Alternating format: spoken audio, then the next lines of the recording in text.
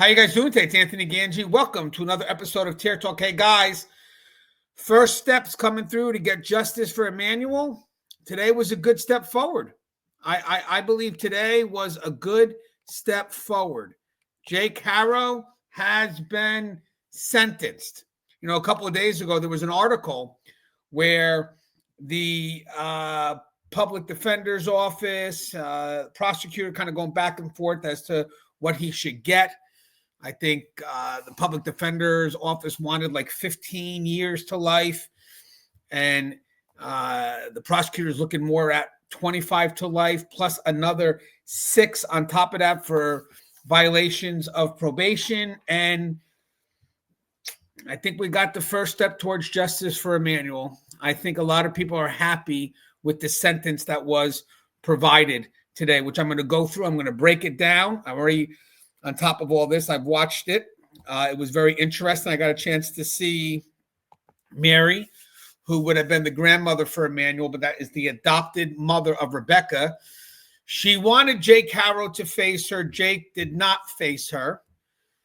Even though Jake was crying, he was probably crying more about his time now being locked away as opposed to what he actually did. I don't think he feels guilt or remorse. But I will say this. It's going to be interesting when we see what happens to Rebecca in January of 2026. That's going to be interesting because I see a picture being painted here. I see a picture being painted of a wife that could have been abused, a wife that may have been a victim too. At least that was coming across with Mary. As Mary was advocating for Emmanuel, she definitely was advocating for Rebecca too. Basically, she put Rebecca as a victim as well.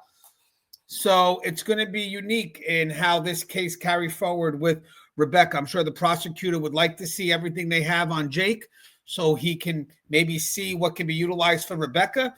But I think that's going to be an interesting case, and looking forward to seeing how that unfolds in January of next year. But I think there's a foundation being set, especially because of her today. If you watch the sentencing and when she speaks, I'm sure it'll be on a few videos later on, a lot of it is going to be about Emmanuel, yes, but about Rebecca. It's going to be about Rebecca being the victim too. And Mary is her name. She also put a lot of it back on the justice system, a lot of it back on child protective services. So she's holding everybody accountable, especially because the first incident in 2018, which he was sentenced on 2023 for promised faith. But she didn't hold back. I mean, that's one thing. She didn't hold back, but we'll see how this carries forward. That's going to be interesting. But let me see if I can go ahead right now and give you a better explanation of the sentencing just for our knowledge. So let's go ahead and move Mary for a second. All right, so Judge Gary Polk sentenced Jake Harrow to more than 30 years in prison, and that's structured in 2 parts. Part 1 is 7 years, 2 months. That's the determinate sentence, and that's for probation violations and other charges. And then you got Part 2, the 25 years to life. That's the indeterminate sentence for assault on a child under 8 causing death. I'll explain the determinate, indeterminate. And they're to run consecutively, meaning one after the other, not at the same time. So I think he's going to do the first part, which are the probation violations. And then after that, he will start his 25 years to life sentence. So I want to talk about determinate versus indeterminate sentencing. So determinate sentence is the 7 years to 2 months. What it means, this is fixed, specific amount of time. Jake will serve exactly 7 years and 2 months, minus any good behavior credits. Why this portion exists, this covers his probation violation and other charges. Remember, Jake was on probation for his 2018 child abuse case where he permanently disabled his infant daughter. He violated that probation by being caught with a handgun and ammunition in June of 2024 and committing new crimes, which would be Emmanuel's murder. The certainty, there's no maybe here. He will serve this full term with potential good time credits that could reduce it slightly, but it's essentially fixed. Indeterminate sentence, that's 25 years to life. What it means, this is an open-ended sentence with a minimum. Jake must serve at least 25 years, but could potentially serve the rest of his natural life. Why is it structured this way? This is specifically for assault on a child under 8 causing death, one of the most serious violent crimes in California law. The indeterminate structure reflects the severity and allows for a mandatory minimum of 25 years to ensure serious punishment, parole board evaluation after that minimum to determine if he's ever safe to release, and the possibility of life imprisonment if he's deemed too dangerous. The uncertainty, after 25 years, Jake will go before a parole board. They'll decide, has he been rehabilitated? Does he pose a danger to society? And should he ever be released? Given that this is his second child abuse case, the first left his daughter permanently disabled, the parole board would likely view him as an extreme risk, and so he could easily serve life. And the judge even said, we gave you the max that we possibly could give you. And if there's any laws in the future that can change that, it won't apply to you. So he got Jake. Jake probably went out there for leniency, hoping he can get ahead of it all, try to own the narrative, get some effort to knock the sentence down. At least that's what was argued by his public defender, but it did not work. It did not work. So the timeline, what happens to Jake next? So years 1 through 7. Let's see. 7 years, 2 months. That serves the determinate portion. This is for probation, violation, and related charges. Fixed time. He's not getting out early from this part. And then the next 25 years he begins serving the indeterminate portion.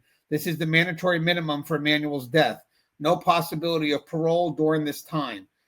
And then after 25 years to life minimum, on top of that, would have been the 7 years, so around 31, 32 years. First parole eligibility hearing. Parole board reviews his case. They can either grant parole, unlikely given his history, deny parole, and set another hearing date, could be 3, 5, 7, 10, or 15 years out, and essentially keep him in prison for life through repeated denials. Realistically, Jake Harrow will likely die in prison. With 2 separate child abuse cases resulting in 1 child permanently disabled and 1 child dead, parole boards are extremely unlikely to ever release him.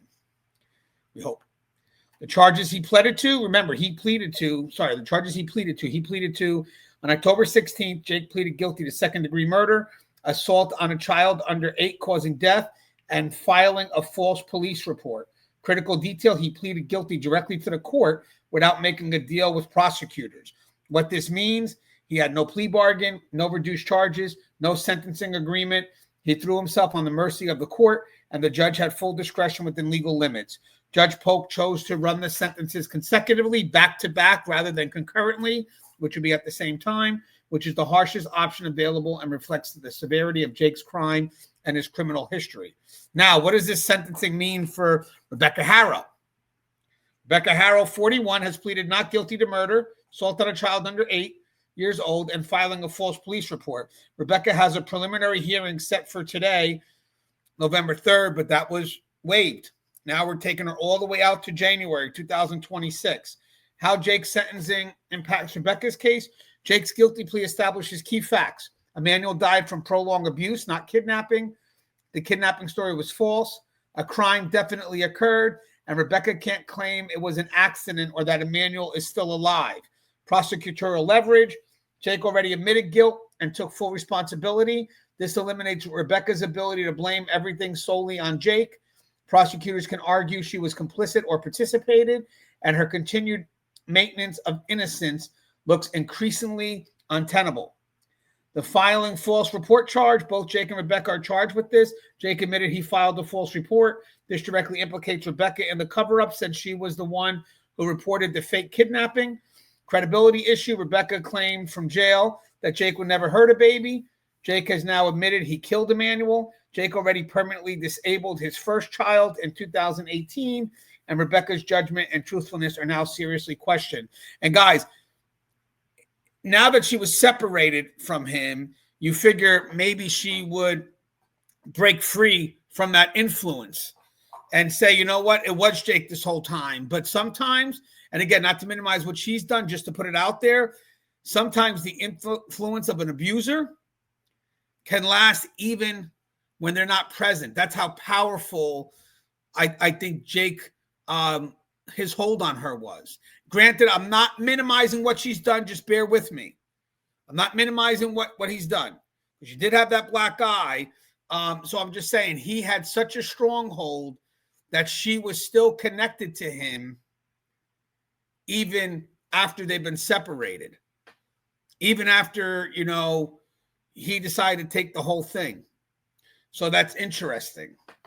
The potential sentencing, if convicted, if Rebecca is convicted on similar charges, she could face a comparable indeterminate sentence, potentially 15 years to life or 25 years to life, depending on exact charges and jury finding. The same assault on a child under 8 causing death charge carries the same penalties, and her age 41 means even a 25 to life sentence would mean dying in prison. Well, yeah, maybe if they keep on hitting her once she when she's up for parole. So the thing here with this, real quick, I just want to mention is I think Jake is the one that killed the baby. He admitted to it. He's the one that took this baby from us.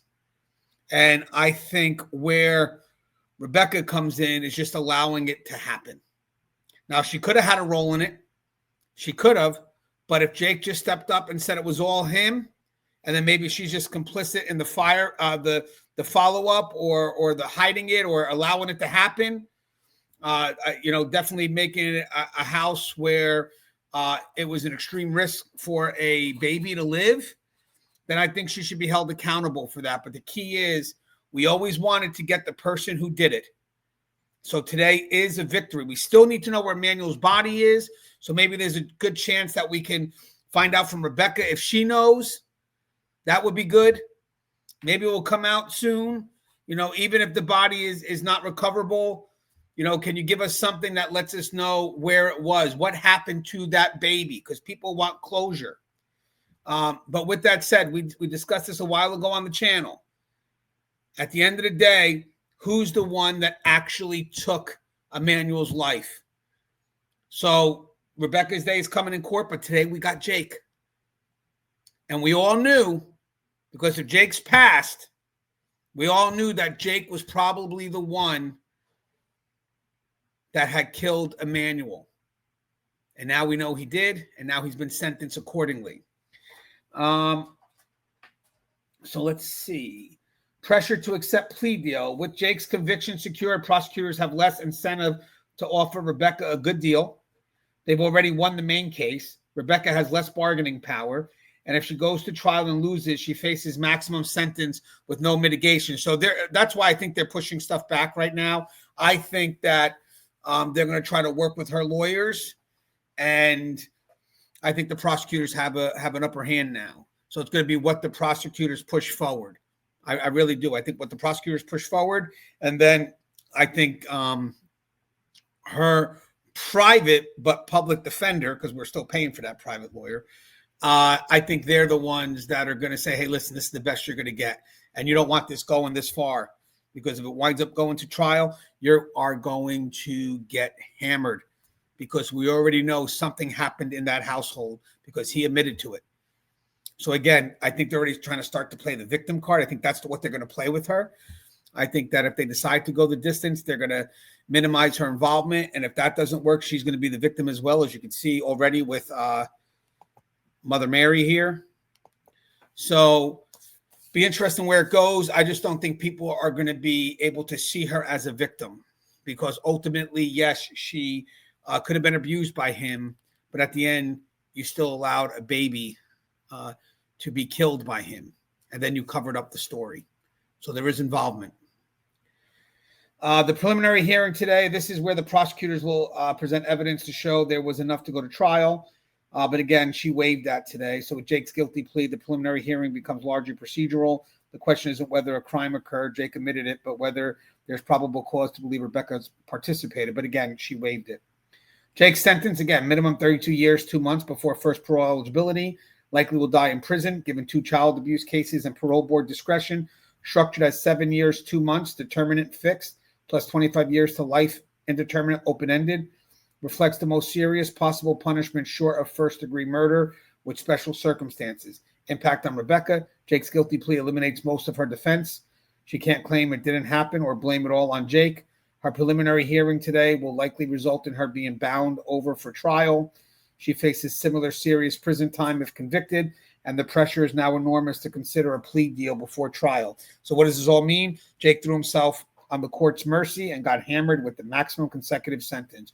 Rebecca maintains her innocence, and then now we're waiting to find out what happens to her in court in January, and the justice system is finally holding someone accountable for Emmanuel's death. But the baby's body still hasn't been found, and that tragedy remains unresolved. So again, this is as breaking as I could give it to you. But in the end, we're one step closer. One step closer. What are your thoughts on all this? All right, guys, as always, stay safe. If you guys like the content, please, I have in the description, buy me a cup of coffee. I also have it in my header. So if you guys don't mind, any little bit does help because it helps me produce more content. As always, guys, stay safe.